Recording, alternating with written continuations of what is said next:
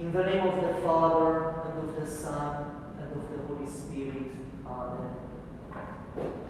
Christ is among us.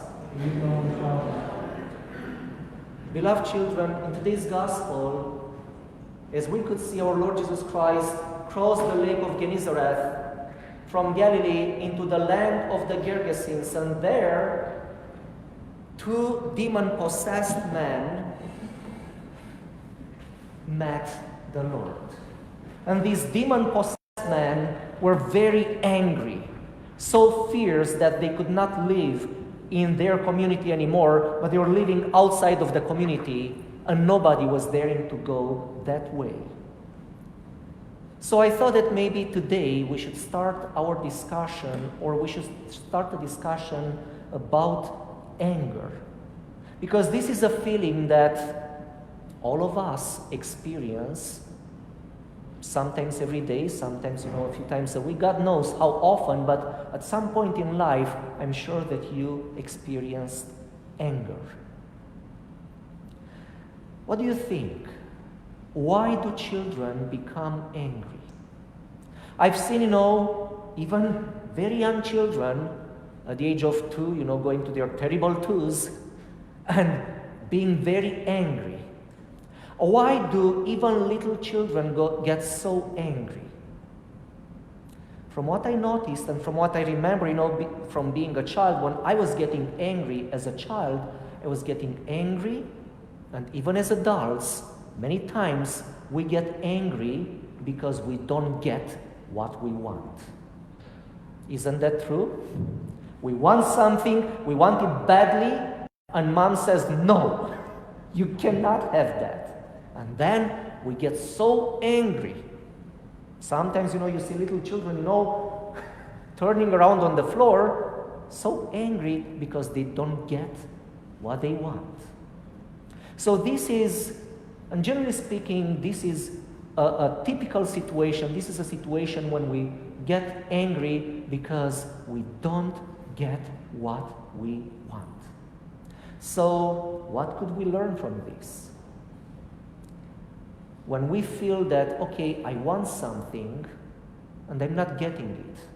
And because of that, I feel, that turmoil, that storm starting within me. Do I want to be stormy within me, or do I want to be at peace? Is that what I want so important that, I should become so angry? Probably not. If mom or dad or the teacher or somebody who is older and more experienced than me tells me that, that's not something that would be good for you, let us try to listen and to say, okay, if mom or dad says that this is not good for me, probably it is not good for me, and I should not become angry, because I know that for hours afterwards, I'm not going to feel good.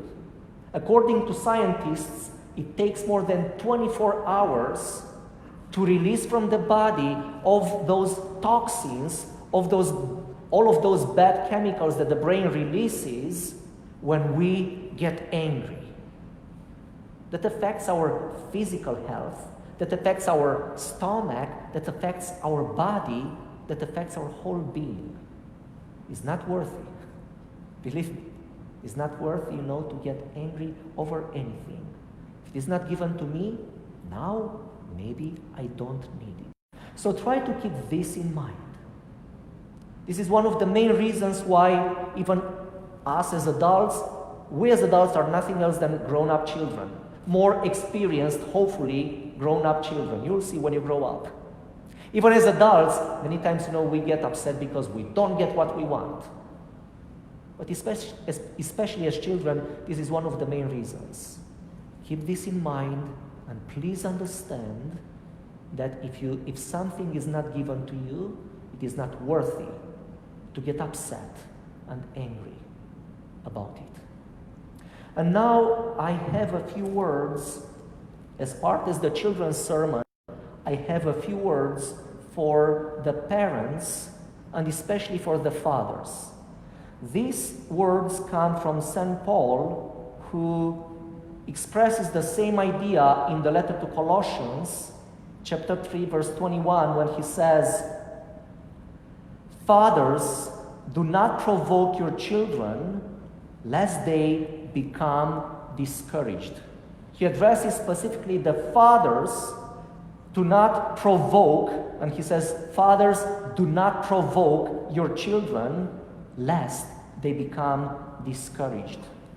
And the same idea he expresses in the letter to Ephesians, chapter 6, verse 4, where he says, "And you fathers, do not provoke your children, but bring them up in the training or the discipline and the admonition of the Lord." Why is St. Paul telling specifically not the mothers, but the fathers not to provoke their children? Because many fathers enjoy provoking their children. Many fathers enjoy pushing the buttons and making angry their children.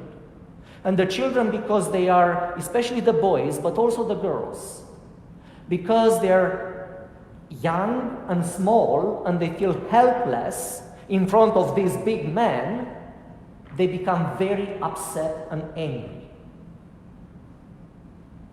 Working as a part-time prison chaplain for 3 years was a big eye-opener for me. Many of those young men would be in prison because they had no father or they had an abusing father.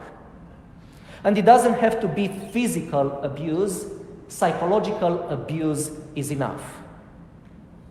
I don't know if you watched the movie Matilda, when the father tells Matilda, "I'm big, you are small. I'm smart, you are," or how was it?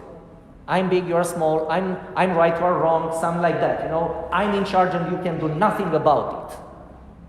That angers a child very much. And in the movie Matilda, Matilda discovered her, superpowers when he got very angry, but he discovered, that he had, some special powers. It's just a movie. But it is interesting to see how the father was provoking his daughter because she had her own personality. Please keep in mind, it is the teaching of the church that a person is a person, no matter how small. Like in Dr. Seuss, in the movie Dr. Seuss, a person is a person, no matter how small. It doesn't matter how young the child is, the child has a personality. And the child has freedom. And we are to raise the children, as St. Paul says, in discipline and in the training of the Lord, in admonition to the Lord, but without upsetting the child. Discipline is discipline. And children need discipline and they need structure. But they don't need unnecessary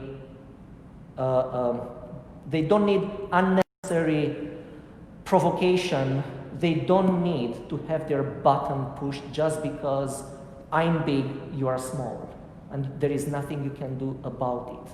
That only creates a lot of anger within the child that later on in life could be manifested in anxiety or depression. That's why St. Paul says in the letter to Colossians, "Fathers, do not provoke your children lest they become discouraged." They either become very angry and bitter or discouraged. We don't want our children to be angry or bitter or depressed, discouraged. Fathers, please be very careful about this. I know that, when we become parents, we don't receive a manual for how to be a parent. And many times, we make mistakes as parents. Now you learned that we are not to provoke our children. If it happened that you provoked your children, if you happen that you realize today that you provoked your children, even if they are adults today, call them, go talk to them, and apologize. It is never too late. It is never too late to meant to fix the relationship.